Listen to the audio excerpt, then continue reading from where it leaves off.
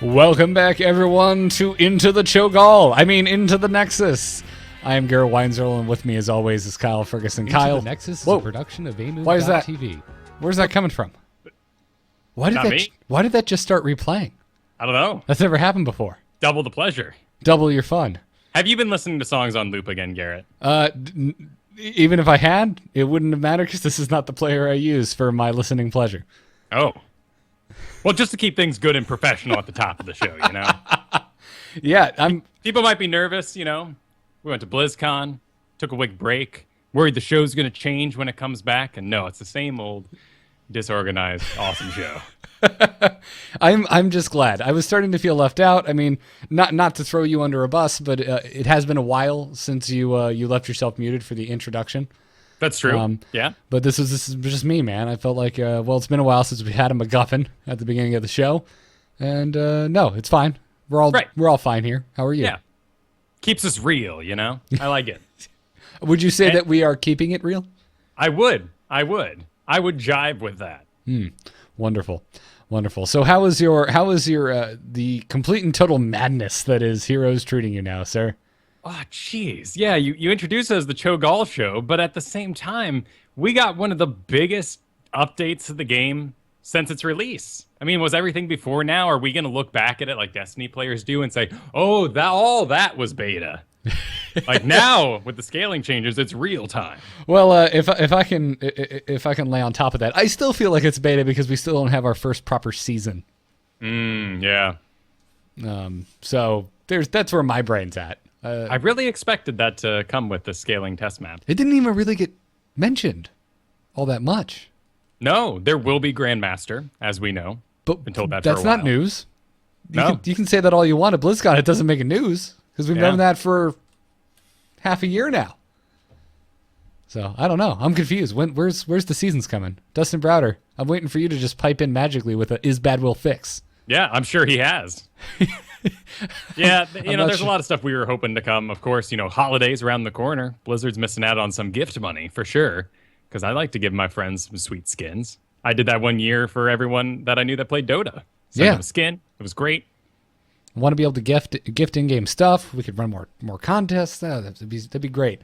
I think proper seasons are higher on my list of things I want though. So yes, it's fine. It's okay. You know what else is fine? The immense amount of Heroes news we have to discuss this week. Yeah, boys! Let's liven up this place! The moment is upon us. Yes, I'd mana tap that. And it didn't start immediately replaying. We are back on course, everyone. Just a reminder, you can continue this conversation over at itncast.reddit.com or submit stories for next week's episode. Obviously, the big news this week is that Cho'Gall has arrived. He is here, and with him, a sizable Heroes of the Storm patch. If you attended BlizzCon or you bought a virtual ticket, you should have received Cho'Gall for free. Haven't heard from anybody that shouldn't have gotten Cho'Gall that they did not get him, so it seems like it rolled out just fine. So make sure, if you got Cho'Gall, to get out there, man. Spread the ogre love. Party up with a buddy. Go win 2 games so that your buddy gets Cho'Gall. So, and honestly, make him play Gall, because you're the one rocking the hero. Unless you really like Gall. But I've been forcing everyone to Gall it up. Well, and if you're using the ideal Blizzard situation, which is, hey, I have this sweet game, would you like to play with me? Oh, I've never played a MOBA. Well, no problem. Sit on my shoulders, and you can be my turret. And hopefully your experience can help you guys win the game. They'll have a good time. You'll pass them a new hero, and then they can get hooked on it. Of course, right now, lots of people are concerned that the sort of pyramid scheme of the Cho'Gall quests are going to leave a lot of people hanging. And that's to be expected because they want people to, get their friends in. Or they want you to hook up 2 keyboards and 2 mice to a single computer and run 2 copies of Windows at once so you can play both Cho and Gall. That sounds insane. Right. It's about as insane as playing Demon Souls with a keyboard and mouse. I wouldn't know. Never played it. But that sounds significantly harder than multi-boxing in World of Warcraft, for example. Sure. Still not sure why you do that one. But hey, if you really want 2,600 gold, then it can be yours. Yeah. Well, there were plenty of reasons. I wasn't someone who did do it, but it was pretty easy to pull off if you really wanted to. Anyways, we discussed Cho'Gall quite a bit during our last episode 75. So if you want to hear us talk about Cho'Gall's kit and our first impressions after we got to play him at BlizzCon, go listen to that. Although, actually, I don't believe I had a chance to play him yet when we recorded that episode, because I played him on day 2 of BlizzCon. So I guess you haven't heard my first impressions. To wrap it up in a nutshell, because we're going to be talking Cho'Gall and strategy, I am completely floored by how much I like him. I thought I was going to hate Cho'Gall. And I have just been having some of the most fun I have ever had in Heroes of the Storm with Cho'Gall. I think they pulled it off. Nice. You're one to avoid the weirdness, so that means a lot coming from you. I don't like it when my serious mode tryhard gaming is upset by is upset by weirdness. And that's not to say that there isn't a lot of weirdness going on right now. There is, but I'm embracing it. I'm embracing the madness, Kyle, and it feels good. Well, it's a good time to embrace the madness, because you should not be taking to your Heroes League with any seriousness. There are Cho'Galls in there, and, well, everything changed. Yeah, absolutely. Have been going okay for you? The Cho'Gallness? Yeah. Yeah, I always mystifying when dudes become angry. I mean, I get it. You're playing Raynor. You're on your, as you said, try hard night. It's your one night of the week to kick a bunch of butt, and you get in game, and it's just nothing but 4v4s with some wacky giant guy running around, and you get pissed. But just an odd sense of the community when people should really be enjoying the wackiness, as you said. Yeah, exactly. But let's dive into this giant patch, because it's probably going to take us a little while to get through it. First up, scaling changes. Now, we talked for, I want to say, almost the last 2 months now, about the public test map that you could go and try out that had this whole new form of HP and auto attack damage scaling. I wouldn't say we talked about it. We more looked over the fence at it, wondering if it was ever going to escape. Because honestly, it looked a little weak, right? Yeah. It was kind of sickly in there, but they gave it some shots and made it live, and it's weird. It's the main exhibit in the zoo, but everyone's skipping it to go see Cho'Gall. That's a big deal. It's a huge deal. Everyone's talking about the two-headed ogre right now, but the scaling changes going into the live game of Heroes of the Storm is a massive freaking change. We have a couple links in our show notes, so I highly recommend everyone go to amove.tv/ITN, find the episode post for number 76. If you're watching live, it's not up yet. Always one person in the chat room going, "Where are these notes?" But Grubby actually had a really good post on followgrubby.com, kind of breaking down what these changes mean. And you actually wanted to talk about one of his examples because you felt it helped kind of showcase exactly what's going on here. Yeah, so if you're not familiar with this, we talked about it weeks and weeks ago. It feels like a distant thought at this point. But the scaling changes are to make the game's level up system more linear and less punishing for those who are actually falling behind.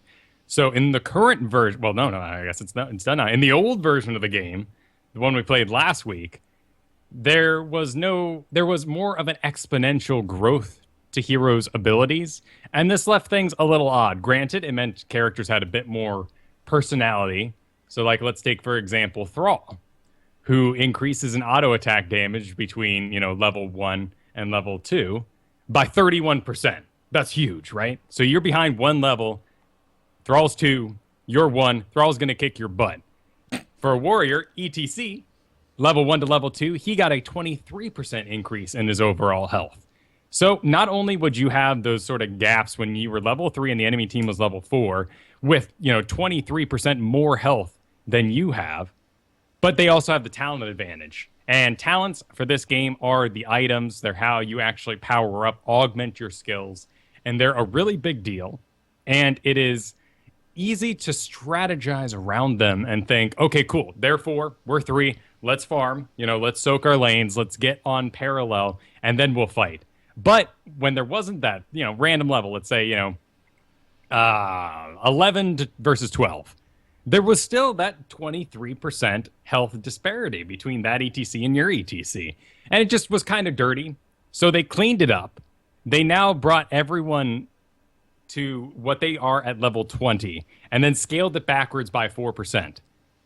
So basically, if you only ever play games where you were level 20, the game hasn't changed at all.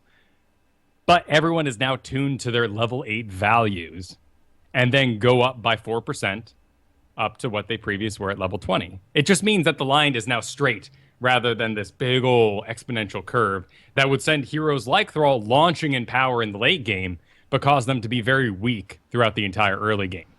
Absolutely. So you're going to feel, I don't know, it's going to feel, I guess, more consistent is the word I'm looking for. You're going to come out of the gate with your raw stats, your auto attack damage and your health pool, feeling like what you're used to in the later game, more or less, for all the heroes across the board. And you will also be able to kind of predict the difficulty that you'll be facing if you're down a level or two, because it's a flat 4% increase to both health and damage per level for every single hero in the game now. Exactly. So, and this also means that those fights that you have when you're off level aren't such a big deal anymore. And you can actually regain your footing.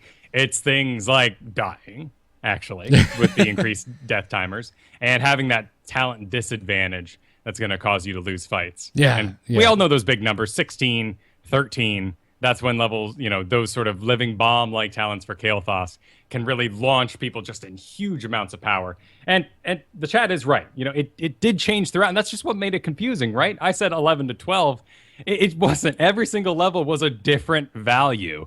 And it gave heroes like Rhaegar some early game tankiness that they no longer have, because they had a increased health pool at the beginning, but then didn't, bell curve up as fast as the other ones. But it also meant that, you also had those heroes that, like Thrall, who were stuck in the early game, being a little useless. So some heroes have been hit hard by this, of course, like Zagara. Suddenly she had this early game advantage. You dominate lanes. Well, guess what? That Thrall's now been brought up to what he is at level 8. And you're level 8. That's not quite the dominant lane that it used to be. Yeah. Absolutely. It's granted, I'm still digging Zagara quite a bit. Really, I feel like this just kind of simplifies things, and it's easier to understand exactly how the leveling game works, and you're at less of a disadvantage. And I want to make note of one of the developer comments that were in the patch notes. They said that it is important to note that while being down a few levels will be less punishing than it was previously, but that talent tier advantages can and will still have a noticeable impact on enemy engagements. So I'm kind of digging this because I now, for whatever reason, Cho'Gall has brought in some of my friends who have stayed away from heroes entirely, that weren't interested. I've seen multiple buddies of mine who I could not convince to try this game are now getting in. And this now got a lot easier for me to explain to people what they should be reading, what stats they should be keeping note of on their screen. It's like, well, yeah, you're down a level, not the end of the world, but are you down a talent level? Just keep an eye on talent levels. That's the big thing you want to not be behind on. Definitely. This does mean that, some of your heroes are going to play a lot differently. Some of the ones that are still really talent dependent are going to feel the same. I was really excited to see Artanis kind of evened out over 20 levels, but he hasn't really changed much. He is still extremely talent dependent in order to tank, even going up to that level 16 talent in order to stack correctly, get the charge, get your shield working well. Whereas some other heroes, we keep coming back to Thrall, he's an obvious example, but he's been brought in line. Butcher's looking great. Basically, all of our melee assassins are doing pretty darn good. Yeah. I definitely have not had any trouble killing Artanis's, at least not not any more than I was before. So we kind of glossed over the respawn timers. They have been increased between levels 1 and 10. So that's kind of a big deal.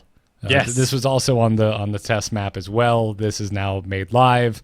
I really like this change. Deaths feel more impactful, and kind of, I feel the level of punishing they should have felt from the beginning. Right, and because we now are scaled out, these XP rewards for killing heroes aren't such a big deal.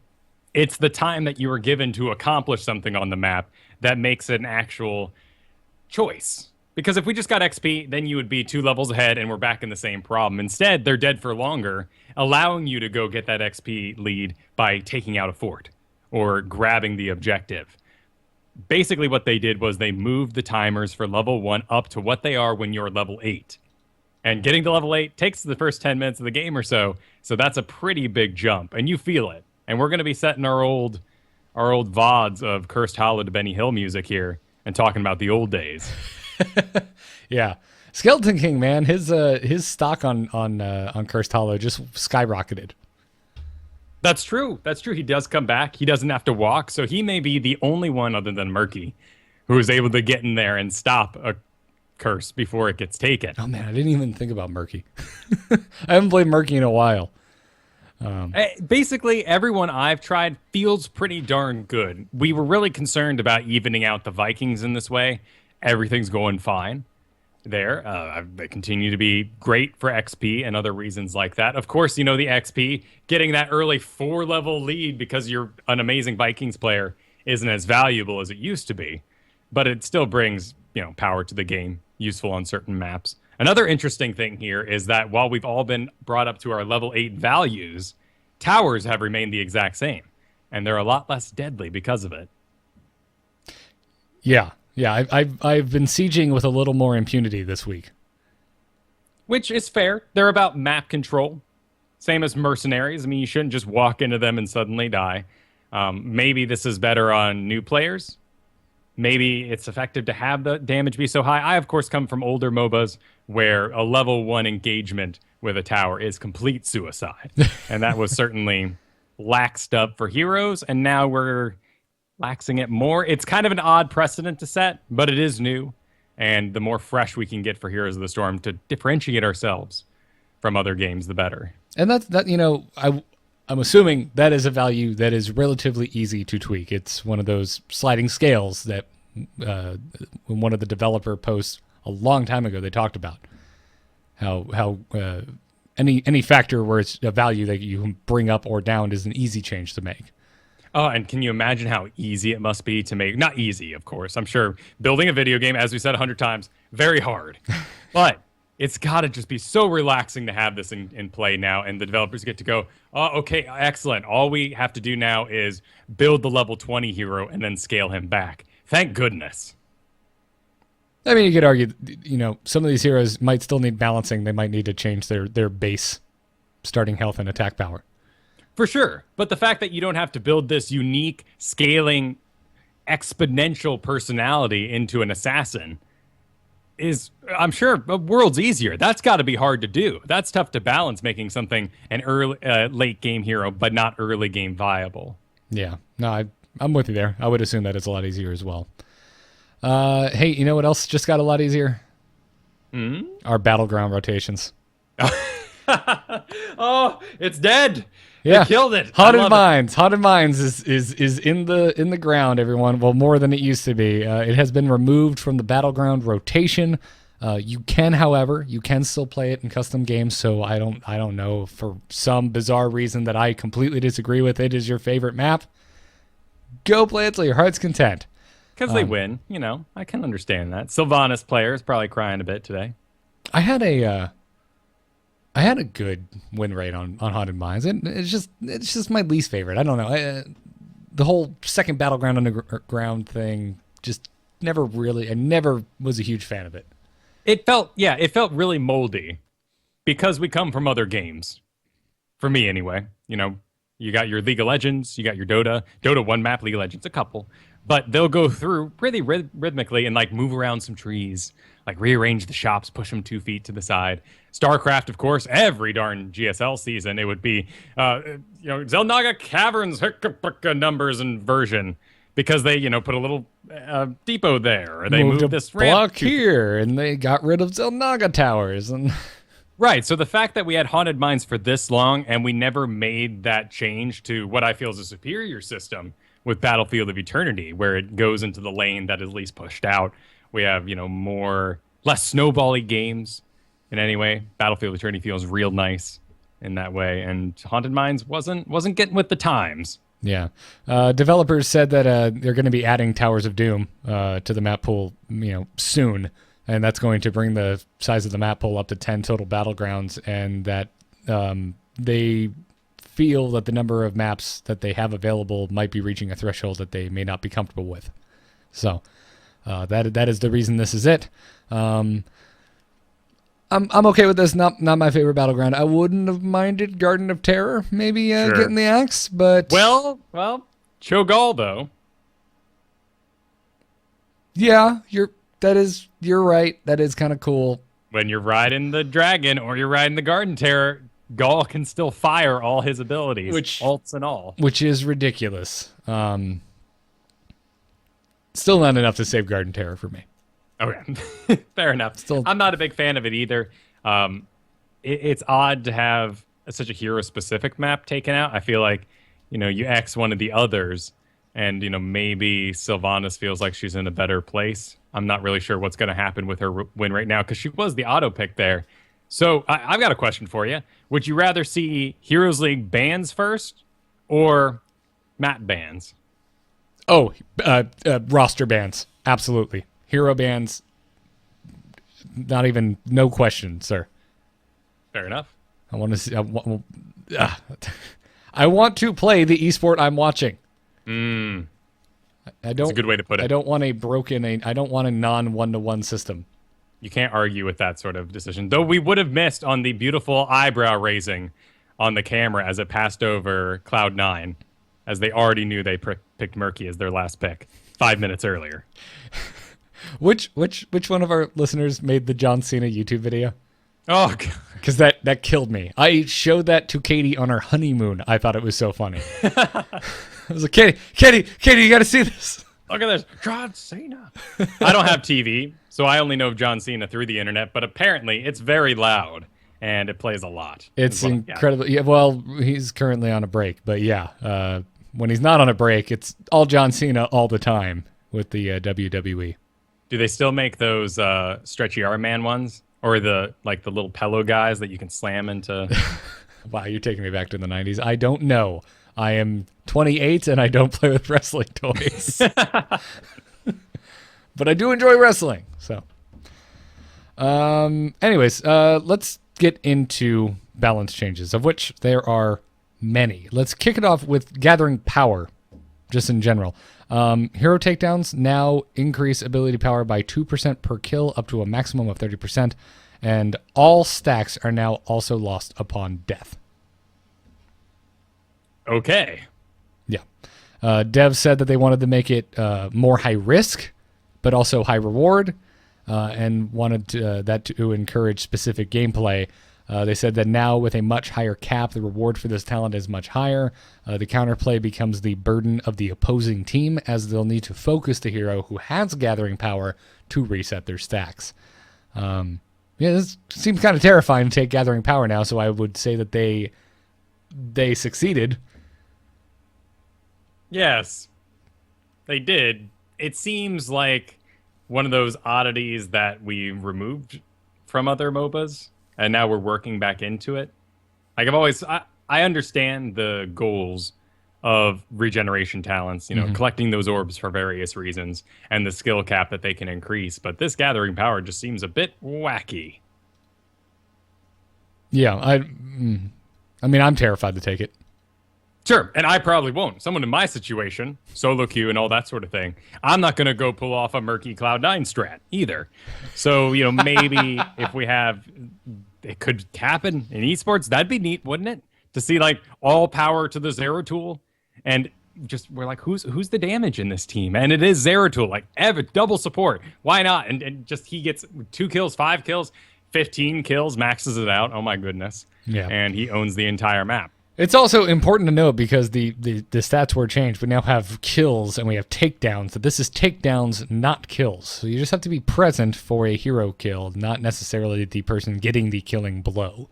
Right, you have to touch it. Yeah, just to be involved in the relentless slaughter. Which is quite funny when you see that Gull did not participate in a takedown that Cho had. Sorry, what was that? If you look at the sheet after a Cho'Gall game, see if you can spy what the oddities that happened. Like, Gull did not participate in the previous fight.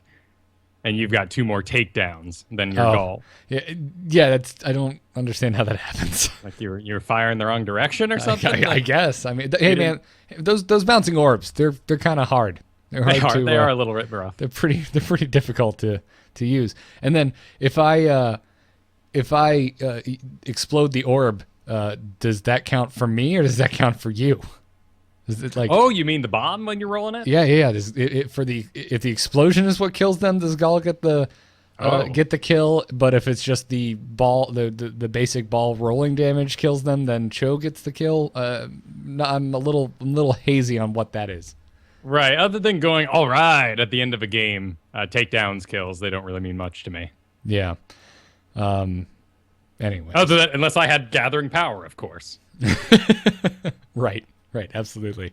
Let's talk about buffs. Heroes that got buffed, and let's start with Falstad. His Hammerang got quite a few changes. Conjurer's Pursuit is gone. Gathering Power is gone. And Power Throw has been moved from level 1 to level 4. So it's important to note that Power Throw was the auto pick, and it is now at level 4, kind of making it the level 4 auto pick now. Yeah. Well, no, I take that back. It's still an amazing talent, and to wait to level 4 for some the range ability that was keeping Falstad safe is definitely a bit more of a gamble. I like its location. What they did with one of the other talents, though, I really like. Is that Gathering Storm or Flow Rider? That's Flow Rider. Well, then I guess we're going to have to wait to talk about it because next is Gathering Storm. Gathering Storm permanently increases Hammering's damage by 1 every time it damages an enemy hero. That's a brand new talent at level 1.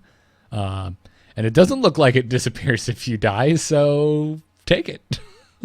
No, Muradin has a very similar version of this. I wonder if that's like a dwarfy thing they're working on. That's kind of neat. Oh, yeah, that'd be kind of neat.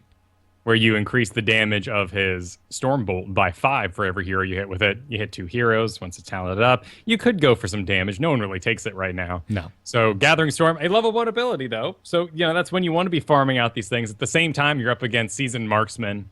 And I feel like Updraft might just become the main skill there now that we've lost Power Throw. So smart of them to move the Power Throw to enhance the level 1 picks. Yeah. Okay, so Flow Rider. What are you so excited about this? It no longer decreases barrel roll's cooldown. It now causes basic abilities to recharge 100% faster while the Tailwind trait is active. Yeah, so Tailwind is after 6 seconds, you gain 20% movement speed as long as you don't take any damage. And I like the idea of these fleety, careful Falstads in the background with ridiculous cooldowns. That terrifies me. Right? It's an interesting time for him to get a buff. No. We saw him played really well. No, I'm on the opposite camp, sir. The idea of Falstads that don't want to engage in the fight so that their cooldowns reset faster terrifies me. Oh, I see what you're saying. That's an interesting. I'm in the other camp. About it. I don't want trepidatious damage dealers on my team. Yeah, you're concerned about the Nova effect, where it's like, oop, they can't attack the lane. I might get a last hit, Teehee. And you're like, please, do something. Yeah. So I haven't seen too many Falstads this week, so I don't really have firsthand anecdotal evidence to talk about. But that was kind of my reaction to Flow Rider. The dev said that the changes of Falstad was geared towards supporting talent diversity and that they wanted to make small changes while still providing a meaningful impact. And that the new in-change talents will add some higher skill options to confident Falstad players. Nothing about that Flow Rider talent reads confidence to me. No, but ideally, if you're, barrel rolling, dodging the right things, you might be in a good spot. I think Falstad's great. I love his PvE damage. I love his abilities to use the lightning rod, get those talents that really charge it up, extra shots. The more it hits a certain enemy, the more damage it does. Great on Battlefield Returning, any sort of PvE map. So I'd like to see some more Falstads in my game, and we need some auto attack diversity for sure. And Falstad can also kind of fill that spellcaster role. Yeah. Let's talk about Karazim. He got some changes, mostly to his traits that weren't the healing one. Insight got changed. The mana regeneration granted on every third hit has been increased a decent amount, both on the base and the per level scaling. And Iron Fist, same way. The trait, it's the damage bonus has been increased from 100% to 125%. And dev comments were basically what you would expect them to be. They said, "Hey, most Kerosene players pick Transcendence at level 1, and this is often the most powerful option regardless of the situation." It's like, oh, cool. Not really news to us. Obviously. Yeah, so they tuned up Insight and Iron Fist so that hopefully Kerosene players might pick something different for a change. So you get extra mana for punching things. Not like you have huge mana issues. When I think of mana issues, I, of course, first think of Kerrigan, who, if you miss your combo, well, there goes all the fuel. Go back home and do it again. I think of Vala, but yeah. Yeah, Ball's a good one, too. Diablo can feel like this a little bit at times, but, you don't really do that much damage as Diablo anyway, so it's not quite as big an effect. And then Iron Fist, I've seen it used great. There's been dudes in my Heroes League who have been like, guys, check it out, double support. I'm going Iron Fist. Look out. And you're like, all right, man, bring it. And he brought it. He did bring it. In double support, that's fine. Sure. And he informed the group, right? It wasn't a surprise when we got into the game what he was going to be doing. Yeah. It seems odd to encourage styles that just, we want the heals.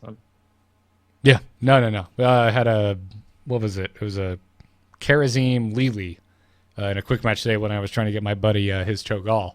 And this is one of my friends who had never played Heroes before.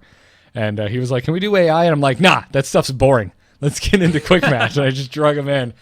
And and we got in. I'm like, "Oh, there's two healers." And right at the beginning, Lili's like, "Yo, Kerosene, let's both go damage build. Since there's two of us, we totally have enough heals to go around." And I'm sitting there going, "Yeah, I got a lot of hit points. This is going to be a great time." And we damn near lost that game. It was so close. Oh my God.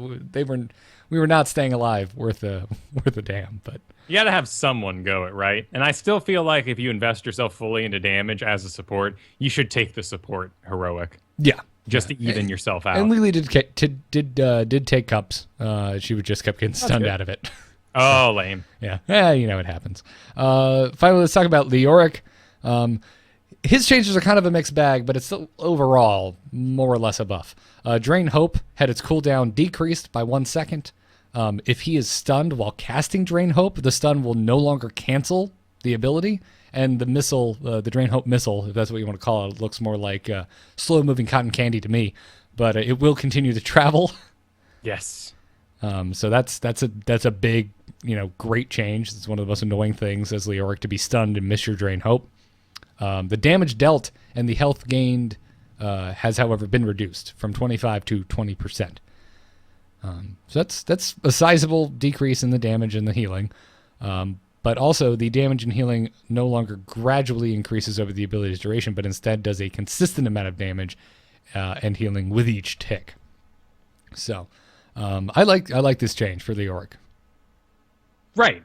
It is a buff. I'm calling it a buff because the scaling damage they talked about was kind of a 0 to 100% progression. It's why I really hate abilities that diminish over time. Johanna's Punish is a great example of this. If Kael'thas has stunned a dude and he's lifted into the air and you punish, you have just missed the best part of that darn spell because the 60% slow is only for the first megasecond and then it instantly starts decreasing over that 2-second duration. So you got to wait till they come back down, then hit them with the slow so they really feel the weight of being slowed by 60% in the first place. So here you landed it, and then it would become more powerful as it grew. And sure, that might have felt cool, Leoric against Muradin, let's say. Or Johanna's probably a better example because she can't really walk away from it. You're going to get the full duration anyway, so it didn't really matter in that case. This is a buff now against assassins, specialists, dudes who might just volley flip away, but every second you had that connection going, you still did the maximum damage you could. Yeah. No, that's good. So, if it's canceled early, it's not the end of the world. Right. Yeah. So I feel really noobish right now. Drain Hope, it slows the target, correct? No, not at all. Oh, okay. So it slows Leoric. That's who it slows. Yes, that's probably where you're getting confused. So that's where I was doing it. I was like, okay, so never mind. Right. That's why when you get the Drain Hope landed, you need to make sure you use your Ghost Walk or Wraith Walk to sort of stutter step after them and maintain the connection. Otherwise, they'll get away. Gotcha. Cool. Yeah, oh, yeah. That's what I was trying to quietly look up. The slow is 20% to Leoric. I just could not remember what the slow was, who would affect it off the top of my head. Have not played Leoric in quite a while. Right. It's not huge, but it does. I like the way he looks when he's slowed. Yeah. Crumping along.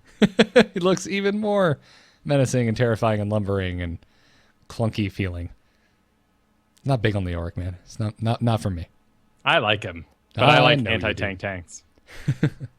Let's talk about some of the nerfs. Jaina, Frostbite trait, the Deep Chill talent. This is one of the big auto picks. The bonus to the movement speed slow that is applied by Chill has been decreased from 35 to 30%. The dev said that having a 35% slow available at level 1 is very hard to play against. I would agree. As a Jaina fan, I agree with that. And they said that this did result in the majority of Jaina players picking Deep Chill. So Cheap Chill, is that what you're going to call it there? Cheap Chill. Cheap Dill. There we go. I don't know. But yeah, I think this is fine. Everyone still, for the most part, is taking it. Still, I think, a fabulous talent. But on paper, it looks real bad now. I mean, we're going from 25% to 30. What do you mean 35% to 30? No, I meant the talent. Talent now reads increase the slow of Chill from 25% to 30%. That doesn't sound quite as sexy as the old version. Right. But it's so still... I would expect to see a lot of talent diversity this week. Really, what it all comes down to, I'm just beating around the bush here and saying that's it. Every single game at BlizzCon, we saw Jaina. I don't know why no one banned him. I guess we were wasting the bans on Tyraels. Oddly enough, that sounds completely bogus, removed from the weekend, but it happened. Yeah. Let's talk about Zeratul. Focus attack talent is gone, just out of there. Good. It blinked just like Zeratul. That's a little unfair. That sounded a bit too aggressive. It was very powerful because, of course, you're going to use an ability before you make any sort of auto attack. Could I just say it was put in its place, much like Artanis put certain people in their place? Put them in their place. I'm trying to be spoiler free here.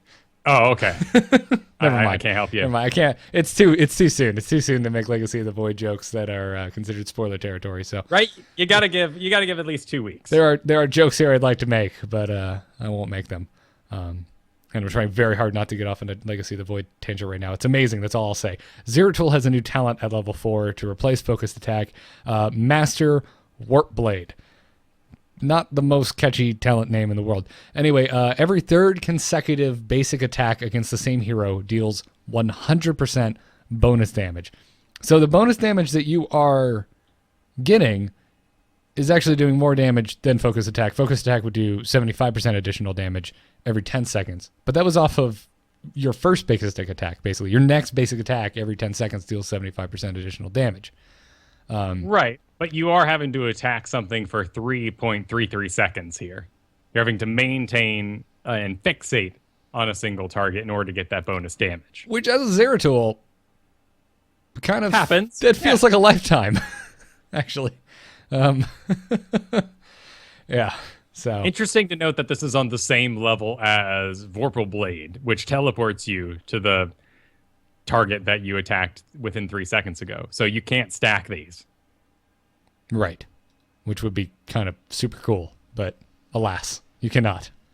Oh, I was confused. Okay, my mistake here. I was reading this whole team as focus attack. I was thinking of follow through when I talked about abilities. Oh, gotcha. No. Oh yeah, follow through is still there on the very next level. Well, wow. Okay. No, so focus attack, yeah, because you farm so many lanes. Right. Cool. Wait, farm so many lanes? Because focus attack is on a 10-second cooldown, and for every attack you make on a non-hero, it reduces that cooldown by 1 second. Oh, right. Gotcha. So like on Raynor, you're guaranteed to basically do a focus attack whenever something shows up in lane. Right, exactly. Finally, let's talk about Uther. This one hit home for me. Eternal Devotion, the trait where you're a spooky ghost that heals everybody, has been decreased from 10 to 8 seconds, the whole duration. So after death, Uther will only be hanging out for 8 seconds now instead of a full 10. Ooh, okay. What else? Divine Shield. You ready for this? Maybe. Cooldown increased from 70 to 90 seconds. That's a long time. That's a really long time. It's a full minute and a half between Divine Shields. I'm shocked, frankly, that this is how they chose to go about it. Because you asked me, what are the effects of Divine Shield? And I'll tell you, they make a hero invincible. Did you also know that it increases movement speed for 20% for the duration? I always forget that is a thing. Right, exactly. So I'm thinking, you're going to nerf Divine Shield. Why not get rid of that? No one even knows it's there. That's not even the point. That's not the reason anyone is taking it, and not the reason anyone is glad that it landed on them. You don't need the movement speed increase. You are now the T2000. You can Exactly. run very sillily after a police car while people shoot you. Nothing's going to happen to you. Yeah. I'm not sure sillily is a word. But instead, they chose to nerf Uther in a very different way. Of course, he, has the competitive scene written all over him. He needed to have something done to bring him back in line. Again, Divine Shield is one of those sort of void prison-y abilities where you can't really change the basics of what it does outside of messing with the duration and the cooldown. Yeah. So here we are, new Uther world. I don't think we're going to see too much less of him. Redemption, still, the level 20 pick. Just means that I won't get to go as ham at level 20 when I'm dead and going to come back sooner, maybe? Is that a buff? I'm not really sure. Actually, yeah, for post level 20 Uther, that Eternal Devotion change isn't really that big of a problem. But Right. 1 to 19, the majority of the game, that's Yeah. over the course of a whole game, that's noticeable. Yeah, it happens. So, yeah, Uther does die. It does happen. Everyone remember that next time you play with me and I die. Just remember, hey, it happens. Everyone happens. It's not so bad. It's not so bad. Let's talk about some of the miscellaneous changes that aren't necessarily buffs or nerfs or whatever. Rexar is going to be, less annoying. Misha's death timer portrait will now appear in the death timer bar while she is respawning. The frequency at which Rexar's voiceover will play when commanding Misha has been reduced. So you won't have to listen to him yell about Misha and all this jazz all the time. 24/7. Yeah. The stream loves it. I can tell you that much. Yeah. Misha Fixate has been renamed to Misha Focus. Man, that's really exciting. Hey, just like 2 things ago, weren't you making fun of Zeratul new ability, Master Wart Blade? And they're going to hear it, Garrett, and they're going to be like, oh, all right, we got to change it. And then we'll be right back here in 2 weeks making fun of Blizzard again. No, well, we'll just drop it out of the nose. We won't bother with it. Caduceus Reactor. I like Caduceus Reactor. What do you have against Caduceus Reactor? Actually, nothing, because now I know how to say that word and what it means when I see it, on the wall. Yeah, why don't we just bring back Chimera Amulet, man? I'm a little surprised there wasn't something in Legacy. Never mind. I haven't beat it yet, so I don't know. Jaina got a price reduction. We talked about just a few weeks ago how there haven't been any price reductions in the recent happenings, and she's down to 4,000 gold or $6.49. I mean, so you see the playoffs, and you go, well, I mean, everyone needs a Jaina, right? Like Jaina's in every game, so let's make sure everyone has her, right? Is that absolutely? It seems a bit insane to promote a hero that's doing so well, but at the same time, I guess it's an even playing field. Good to see prices going down. Still, Nazebo released with the game, 10,000. Wait, so yeah, that's a good point. Back in the alpha, day one. You're right. I was going to make the argument that Jaina has been out for a while, but no, you're absolutely correct. I think Nova, with the stealth, the skill required, should still be behind that paywall. But I think you should have to take a personality test to play Nova. Yeah. Yeah. And there should be like a waiting period, like you buy her and you don't get first pick in Hero League for a month. Oh, yes. So the gun waiting period, yes, of course. Yes, the waiting period on Nova, just for first picks in Hero League.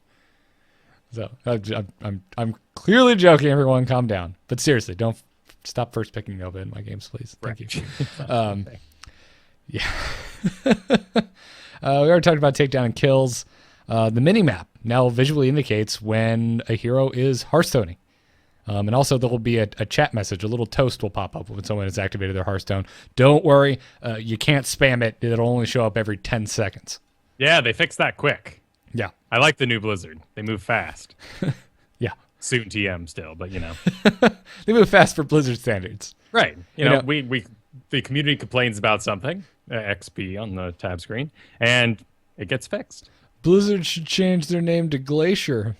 Oh, headlines. Snap. Yeah. Two-player parties. Two-party players, that would make no sense. Two-player parties in Hero League draft lobbies. They're not going to receive single pick slots anymore. They will now always select their heroes on the same turn. Cool. Cho'Gall ready. I kind of dig that. Yeah. Yeah, I like that. Yeah, why not? Help them coordinate. Yeah, even without Cho'Gall, it's nice that like you and I he's like, well, what's our duo plan? What do we bring in as a two-headed unit other than Cho'Gall? That's really going to work together and help bend this in our favor. So I like that a lot. It's something you and I did in Dota too for a very long time when I first started playing. We figured out a two-hero comp that kind of complemented one another, so I could learn safely and also lane with you and learn how to play better. Yeah, those lanes did last about 15 minutes each, though, so it was a lot more important that we had a decent lane put together in mind. True. And in Heroes, if I'm like, hey, let me bot him, and a guy's like, no, go away. You're like, okay, see you in 3 minutes at the objective, buddy. This is a big deal. This is kind of a big one, especially for you and I with all the issues we've had trying to make new content. Starting with the patch on Tuesday, replay files created in the current version of Heroes of the Storm or later will remain viewable after future patches are released. Oh, happy days. That makes so many things so much easier. I mean, I've done lessons where I've had to record a video of it so that when we got to Tuesday, just in case a patch came out, I could still show, the replay they sent me. This Friday, actually, a little plug for it here. I'm doing replay analysis. You can send those over to soloqandacast@gmail.com. And that means that if I don't get to yours tomorrow, it can still be used next week or Saturday if they put out a random patch tomorrow night. It's great. Thank you, Blizzard. Also, kind of last minute thing, Gazlo changes are on the horizon. So they were hinted at BlizzCon. So what do you think they're going to be? I have no idea. Ideally, you would want to enhance his personality because there's got to be other sort of turrety things coming down the line. I mean, Bull Jin, he throws down serpent wards. That's turrety. How are we going to make Gazlo more unique? It's here Trixler's saying that, everyone's going to want to play him basically. So we'll see. We'll see how big my hipster glasses become. I like him how he is. Someone get Slime back on this show. We need Slime here to rep Gazlo.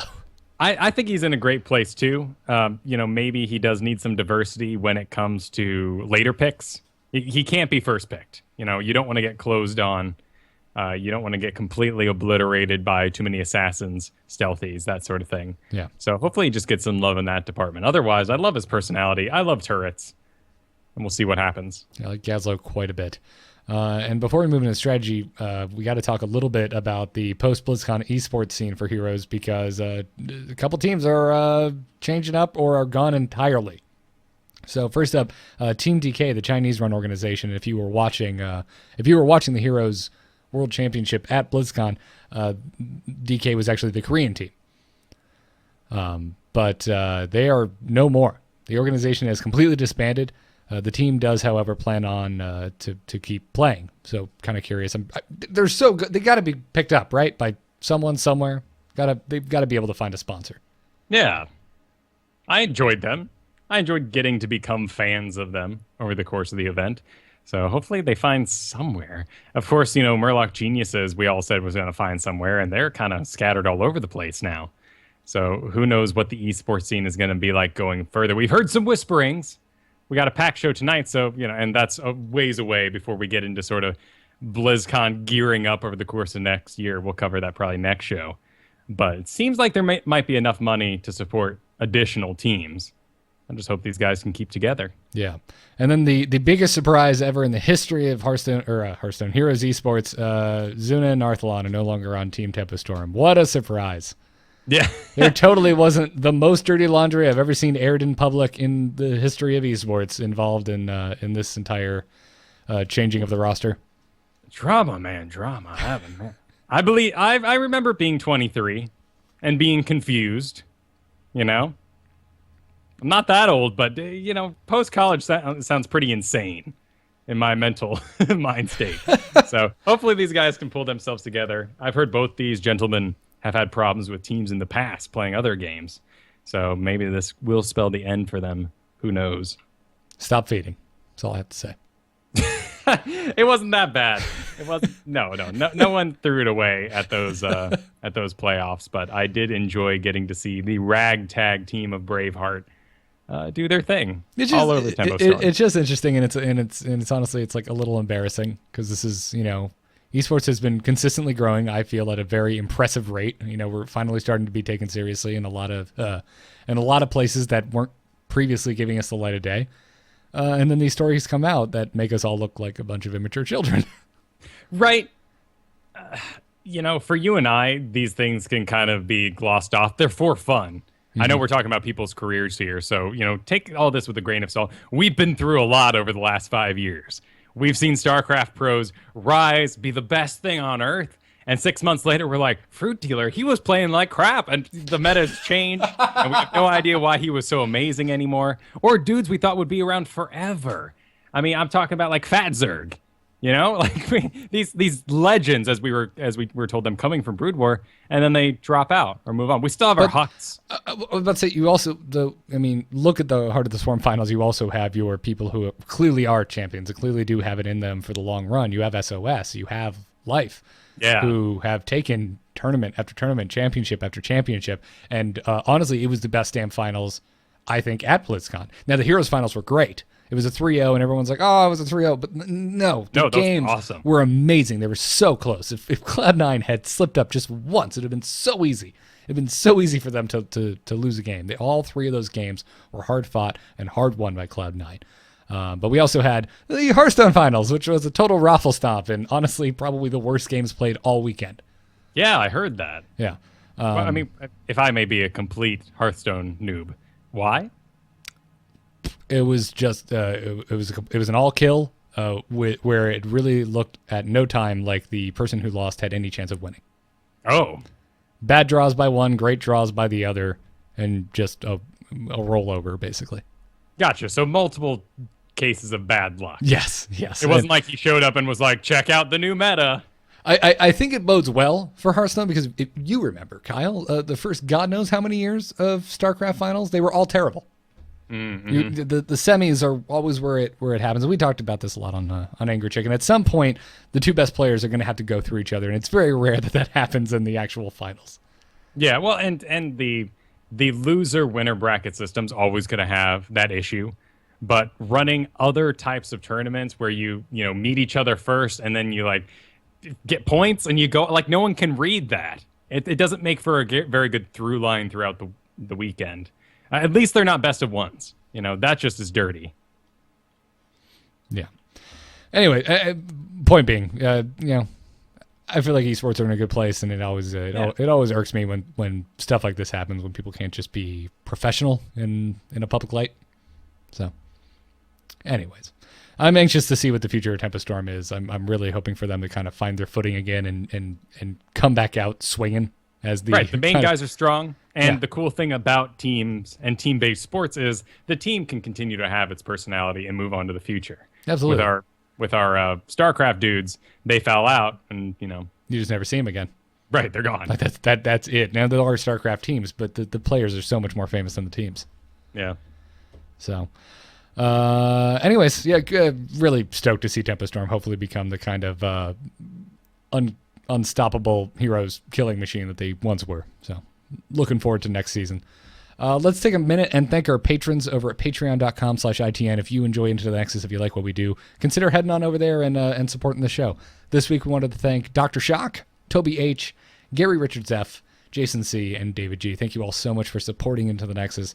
It helps us out so much. So seriously, thank you guys. And we're so close. Like last month we did that call-in episode. I really enjoyed getting to hang out with you guys. We got to add bonus content to our feed. once a month. And if you haven't helped out the show, think about it. Please do, so we can get that content back to you guys. Absolutely. And don't feel obligated. If you can't, totally fine. Yeah. Show's going to keep coming. But we are really close to another goal, so go check it out. Now, it is time for strategies. Choose a talent. Choose a talent. Talent? Ah, that seems generous. Yeah, no clue what that means. Welcome to this week's strategy discussion. Of course, we're going to talk about Cho'Gall this week. It is all a lot of us have been playing, and a lot of people with a lot of questions going around. So, man, just first off, Kyle, you and I finally got to play some Cho'Gall together. We did. It's been a rough go of it. We've had trouble getting our heroes' schedules to commingle this week. Mm-hmm. But we finally today got to play some Cho'Gall together, and there was there were many digital high fives to be had. There were. We definitely gelled. Yeah. I really enjoyed it. Now, granted, I do consider myself pretty decent with positioning, so I feel like I brought some A game there. Oh, yeah. No, usually, sir, I feel like you're always a little overzealous with A bit. where you go, how you extend into a fight. And for the most part, except for one rather unfortunate Hearthstoning location. Yes, I did not. I did not factor in the cojones of that particular Sylvanas. Man, if I saw an ogre bleeding out like we were, rubbing his hands together until he went away, I would have done the same thing. You would have leaped that wall, run past 3 DPS, gotten the Cho'Gall, and then died spectacularly. It is a trade, right? Yeah. He is worth 2 deaths. Yes, absolutely. It was that Sylvanas came out ahead in that exchange. Not that it mattered. We had like a 3-level lead at that point. Man, we were just the harbingers, man. We would show up and people would die. It felt wonderful. That was also my first time ever playing Gall, and I had a great time. He's a lot of fun. You don't have any sort of basic attack with him. You only have, it's a lot like Abathur in that way. You only have your Shadow Flame that's on a 4-second cooldown, so you can use it pretty darn often. And as we look at specs, which we're not really going to do today, more talk about how to counter Cho'Gall. And in that light, what you should be looking out for when you pick Cho'Gall. Going with that Shadow Flame build for Gall is just going to be a lot more powerful because it's what you get to use all the time. And if you whiff a 4-second ability, well, no harm, no foul. Yeah. Now you brought interesting health numbers. I love this HP comparison that you brought. At level 20, Cho'Gall has 8,092 health. That's a lot of health. So to put that in perspective, Muradin at level 20 has 5,605 health. That's a decent amount smaller than Cho'Gall, and Muradin is a tank. And then to put that in perspective even further, Vala at level 20 has 2,792 health, just shy of 3,000. So Cho'Gall is effectively a Muradin and a Vala put together in terms of health. Yeah, so it's sane, right? And as you're playing Cho, you hit with auto attacks for very sane numbers.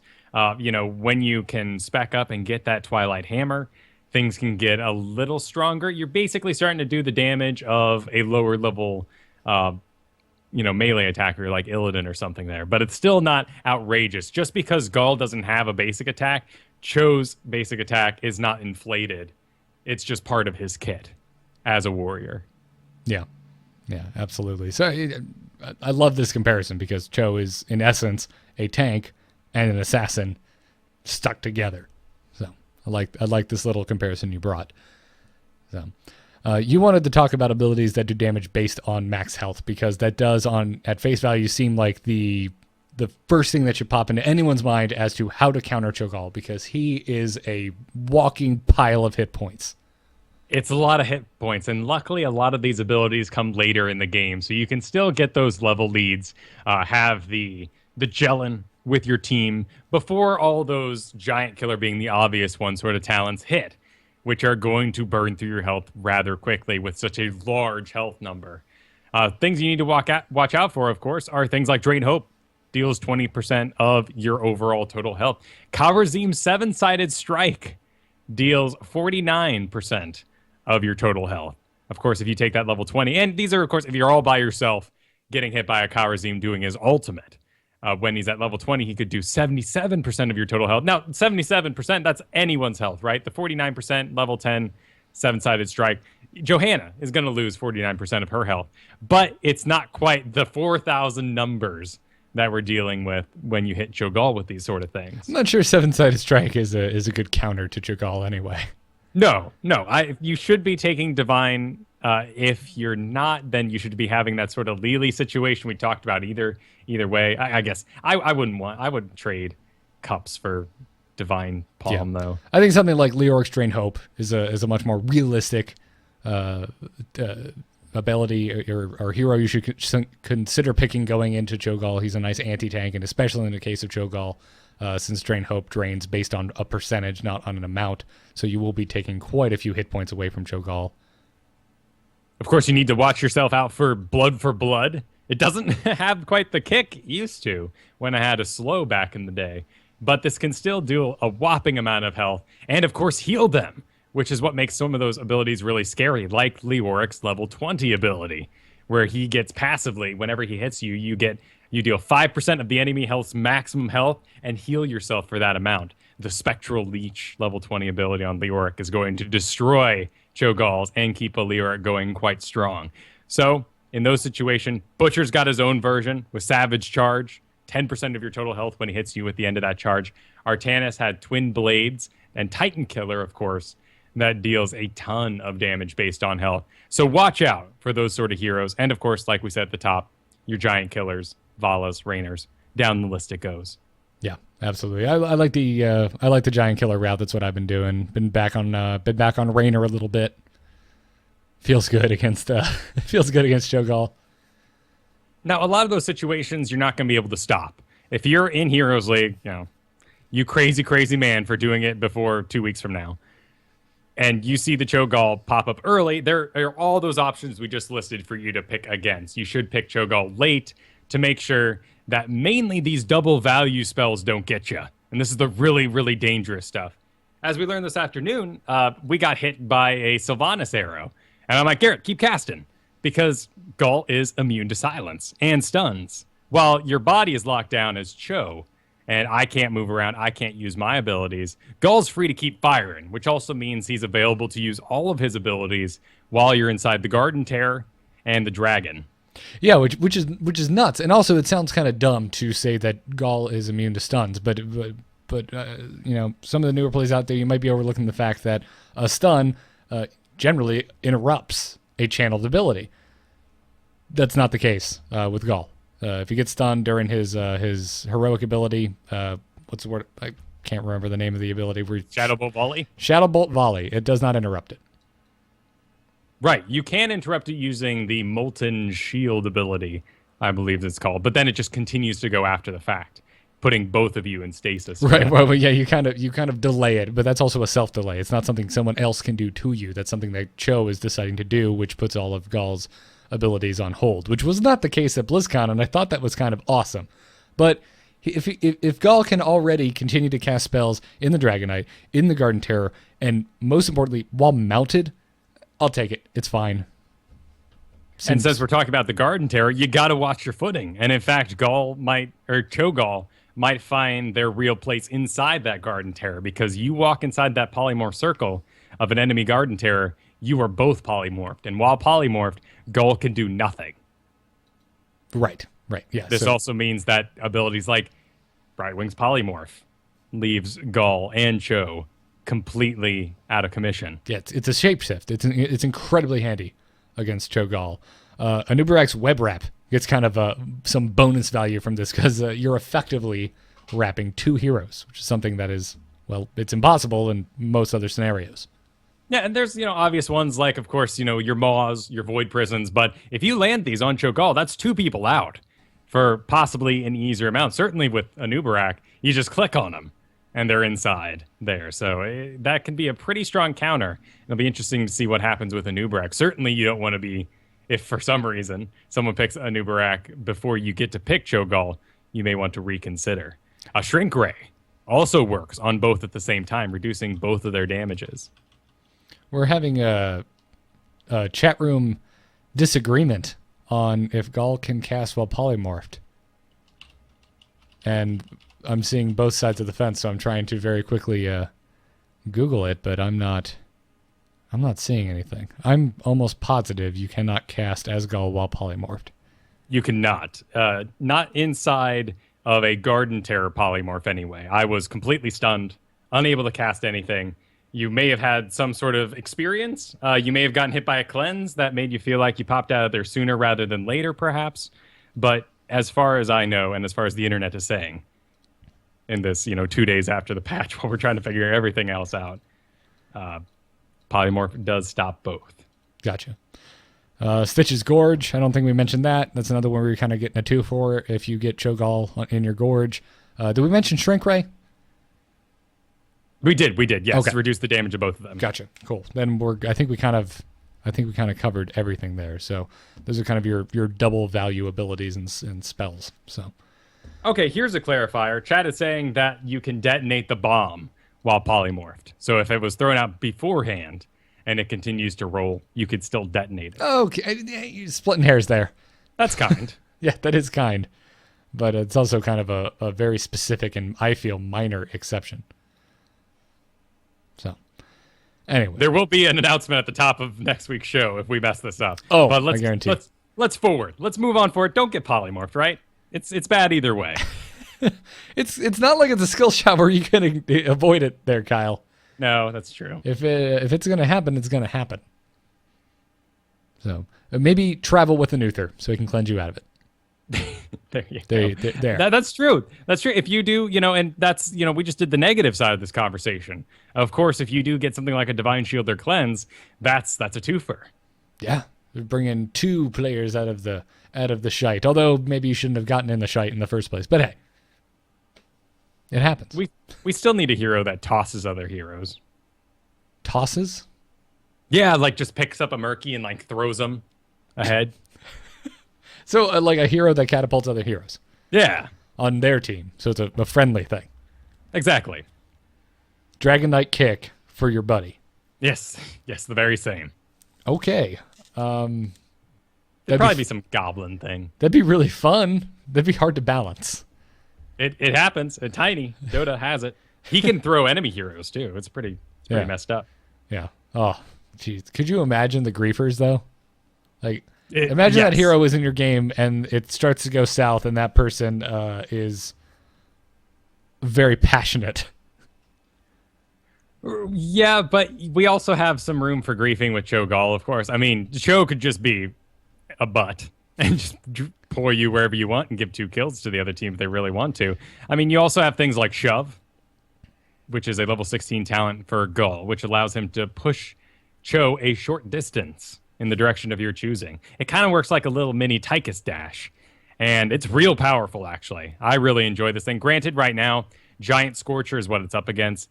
Your Shadow Flame, your main ability every 4 seconds, also deals 3% of the hero's maximum health. Kind of a no-brainer there. Yeah, But Shove, because until you get that Shadow Flame, kind of just tickles.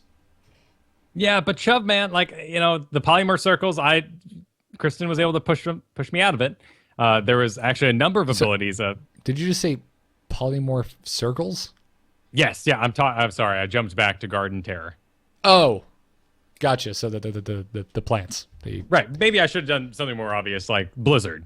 Blizzard comes down, I have a second to the side, I can't walk out at a fast enough speed, and she shoved me out of it. Yeah, no, from a flavor aspect, I think that talent is so freaking cool because I feel it really kind of nails the character of Cho'Gall. These 2 heads of the same body at constant odds with one another. Yeah. Should I be referring to Cho'Gall as a he or a they? I guess a they, right? It's technically they, right? Because they are they're 2 individual personalities, I guess. Yes. Yeah. I'll have to beat that into my brain, like referring to Brightwing as a she. Are they brothers? Do they count as brothers? I would think so. Yeah, right? How would they not be brothers, Kyle? I mean, because they're one person? Was one born before the other? Do they count that as like twins where they're always arguing that, left half came out first? I think we've exhausted our Cho'Gall discussion. All right, sounds good. Let's take some emails. Darkness stopped calling. Does anyone else hear that buzzing? Hold on. Darkness just texted me. I just got to give it up to the chat room one more time. Lord Boo says, I just refer to Cho'Gall as that. Yeah, that's fair. Oh, that got me. Send your emails to itncast@gmail.com. Our first email today comes to us from Greyfire, who we got to meet at BlizzCon. Yeah, we did. A second time. We met him at MLG or Columbus many, many years ago. Oh, that's right. Yeah. But it was nice seeing you again, Greyfire. This dude's been listening to our shows for far too long, way before they were remotely listenable. So Man's got some patience. hats off to Greyfire. He's seen us go through some serious peaks and valleys, mostly valleys. Greyfire says, greetings, heroes. I've heard some talk on Reddit and other social networks about the score screen change from just showing the takedowns that you participated in to splitting takedowns into kills and assists. I've heard people complain about this change as if it is a meaningful change to the game mechanic and not just a change to how the score screen records your actions. I don't understand why this is upsetting to people. I don't see a reason not to show players more information. They haven't changed the game to make kills or last hits any more necessary than they have been before. Is anyone really going to start complaining now if they lost the kill to another player if the experience gained from said kill is still distributed across the whole team anyway? I understand the Heroes dev team has always focused on this game being about working as a team and not any single player actions. Does adding this in change that? Would it be better to add kills in as a role for assassins and leave takedowns as they are? Am I taking crazy pills? Any feedback would be helpful because I can't understand where the problem is coming from. Thanks for the show. It was great meeting you guys at BlizzCon. Keep up the good work. I'm of two minds in this. Mostly the sane, the fun-loving, tries very hard to be a rational gamer side of me. I'm Cho'Gall right now, if you haven't noticed, agrees with Greyfire. But there's a little bit of me that I get it. Like, at least me. I get it. Like, when the trolls come out and they use that kill count as the reason why they're so amazing. That annoys me that particular, not particularly wonderful person to play with has that ammunition to even use as his logic box. So, we missed a show last week. Yep. And one of the things we definitely would have talked about, had there been a show, would have been the up in arms of the Reddit community and forums, of course, as we combated the Blizzard devs to get XP back on the tab screen. They were going to take it away. And for someone like me, who uses the XP screen to tell a number of things, mainly if you're a good Abathur or Lost Vikings, that was really upsetting to me. Abathur has a sort of ramp up with his talents. He doesn't do that much siege damage from the get-go. He can sometimes be high in hero damage. You know, it all depends on where your team is positioned, how the game's going, what kind of map control you have. But a lot of those sort of excuses, like, hey, Abathur, you didn't do nothing all game. How dare you? Your hero damage, your siege damage is awful. I could still look at the Abathur, look at his XP, and say he's contributing. He got aggressive. He was out on the map, soaking where he needed to be. He contributed as much as he could. Of course, if you're successfully contributing XP, then you're going to be higher level. You get those talents that give you lots of siege damage and hero damage, and that stat then much, much later in the game becomes useless. Yeah, you and I'm not sure if this is something that is unique to when you and I play together, but I know that when I play with you, and there's an Abathur on our team, that you almost sound like a caster for figure skating. You start critiquing the Abathur in a way that you would not really critique most other heroes, because that early game scenario, you're always like kind of looking back at the Abathur, because I know Abathur is a hero that's very near and dear to your heart. You know, it's like, well, you know, he just needs to get a little bit more out there. He needs to be soaking a little more XP, because that's what the early game is all about with Abathur. Yeah, you're symbioting, you know, you're laying mines, but if you're not close enough to the lane to be getting XP, you're missing out on a huge portion of what makes Abathur an asset in the early game. Yeah. I agree. I'm a bit of a stickler for it, but it's how you learn to play Abathur correctly. So when I'm saying those sort of things, I want to encourage people to learn the right way, which is the sort of XP soak, be aggressive with your body, use your minds to set up an area around you so you can see, you know, things go off. It's the reason why right now it's very popular to do the movement speed reduction when someone gets hit by mines. Not because you're going a mine build, but because you hear that this really this sort of noise as the mine goes off. And then you can go, whoa, I just heard the mine noise. Check on your body. Probably a Sonya heading in a beeline for you. And you can dig yourself out of there while she's slowed 60%. Now, reeling things back into Greyfire's, well, I guess first off, I completely agree with you on the XP thing. Of all the stats to remove, I don't understand why that ever would have been one for consideration. I don't know. I feel it's a very important stat, and I was totally on board to have it kept / brought back to the stat screen. So back to Greyfire's email. What is your thoughts just overall on the splitting of assists and actual kills? So a kill is actually getting the killing blow, and assist is just being involved in that takedown. For me, it just means they want the language to be clear for people who are coming from other MOBAs over to this one, so they can see assists, yay, which is, become a part of other MOBAs over time. Mm-hmm. But then they can see their kill number, the things they were there for, last hitting, and, put a little gold star in their cap, which has no meaning to us because we're all about XP over time. Yeah. Sorry, I'm reading chat room. Them flames does not agree with your Abathur advice. Enemy saw them and killed the slug. Easy. Oh, you mean the mines were giving away his location? Right. I mean, in audio format, I can't talk about positioning.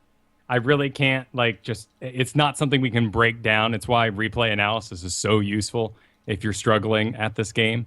That is definitely a hard and fast rule. Use your minds. And the little star flies across the screen. That would be the more you know.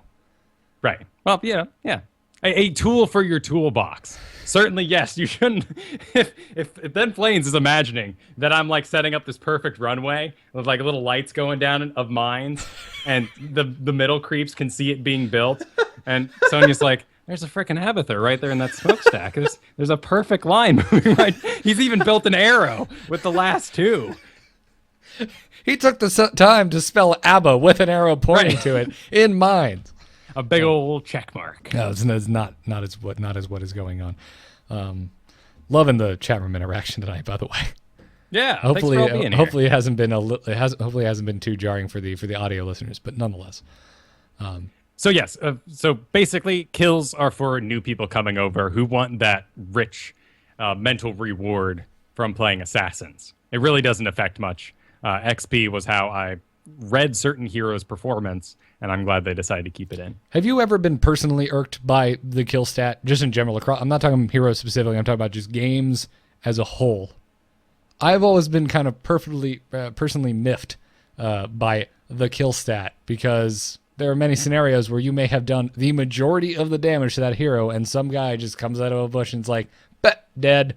It's like, well, I did all the work. You just showed up for the glory.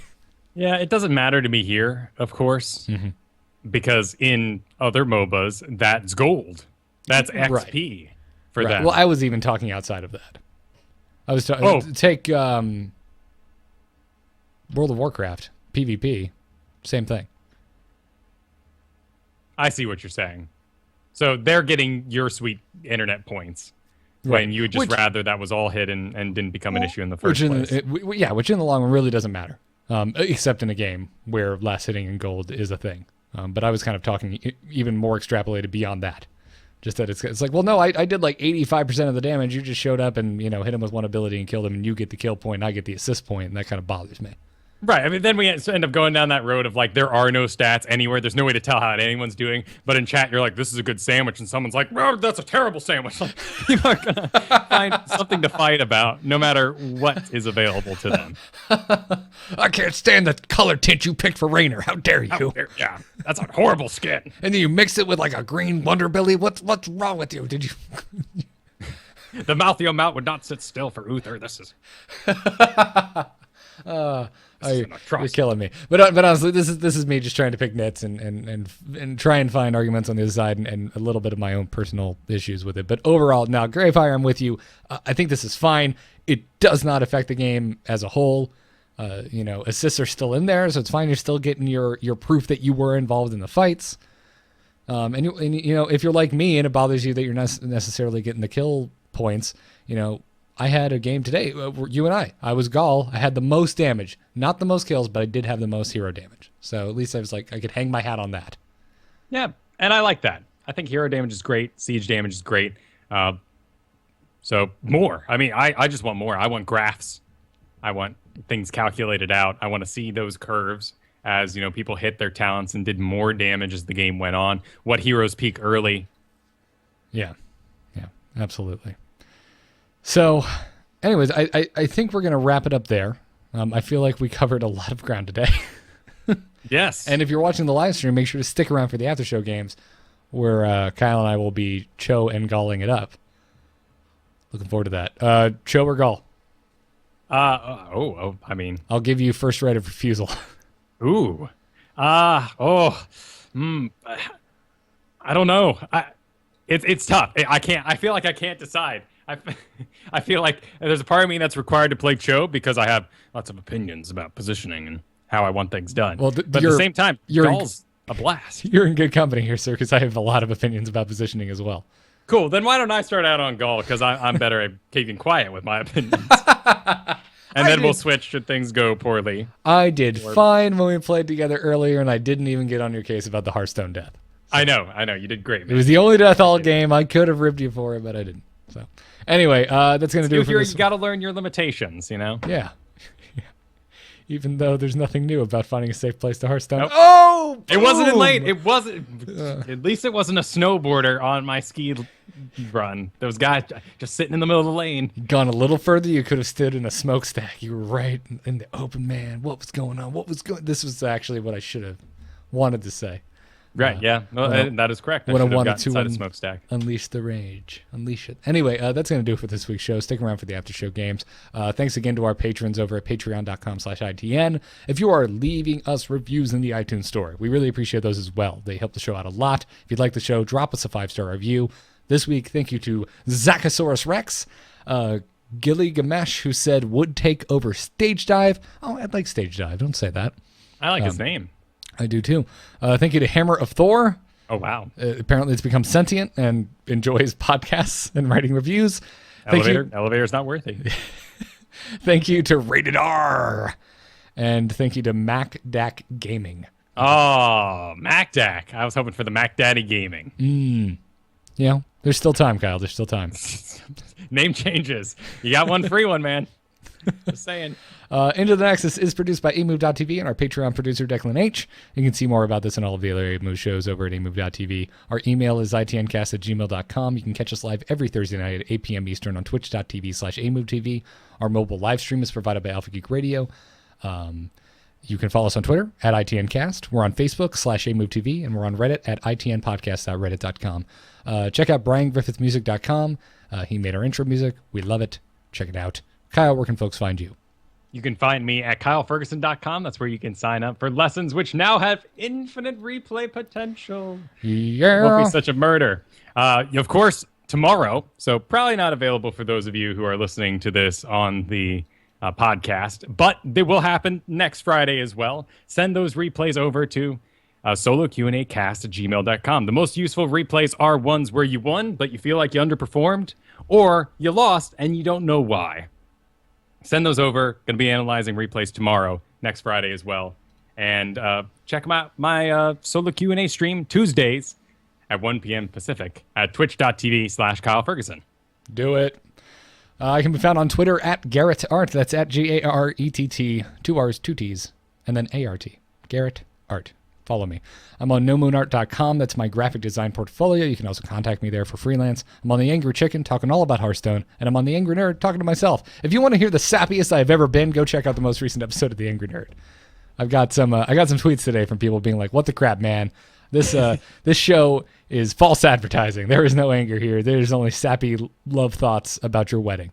Oh, well, you were freshly back from it, so. Dude, I couldn't be more happy to be married. If for no other reason than because wedding planning is now over. Yay! We did it, guys. We made it through the hard rough. Yeah. Oh. And Kyle, dude, you're here. Ladies and gentlemen, Kyle was the man of men. You were so helpful with the setup of the wedding. Kyle was like driving a rented golf cart that my parents got that we didn't ask for to take the old people from their cars to the actual ceremony and back again. I never even got the story. At what point were they like, Kyle, we've known you for one day. You're on this duty. Well, everyone else had taken off, so I was burying cords with your dad, and he's like, can you move this? I have no idea who we're going to get to drive that thing. I was just like, I got this. I got this. Man. And then I proceed to freak out some old people because I'd never driven a golf cart before, and I may have gone a little fast. The shocks in that thing were terrible. I'm pretty sure they were non-existent, and that is yes. It is not leveled field out there whatsoever. It's very bumpy.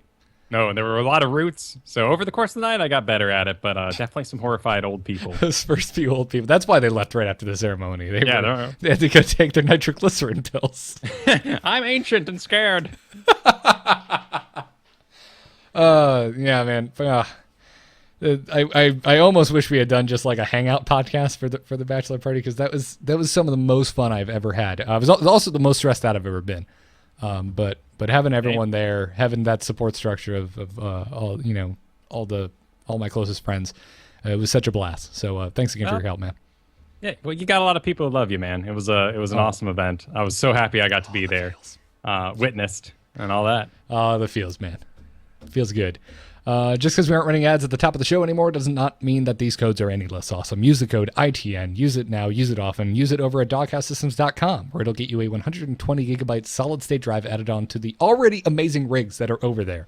So check it out. I have two. Katie's computer is a Doghouse system. My computer that I'm recording the podcast on right now, the computer I'll be streaming Heroes on, is now at least 2 years old. It's not brand new, and it's running fine. I can stream from it. I can do everything I need to do on it. Check out doghouse-systems.com. Use the code ITN. Also, if you need some new earbuds to listen to your podcast, check out tweakedaudio.com. Same code, ITN. It'll get you 30% off, and it'll get you free shipping. This includes our listeners over in Europe. As many times as you ever want to use this code. It's not your first order. It's not your second. As many times as you want to use the code, it'll get you 30% off and free shipping off of your entire order over at tweakedaudio.com. Thank you guys for listening. We will see you next week for episode 77, and we will see you patrons in the after show game right now. Good luck and have fun, everyone. Take care.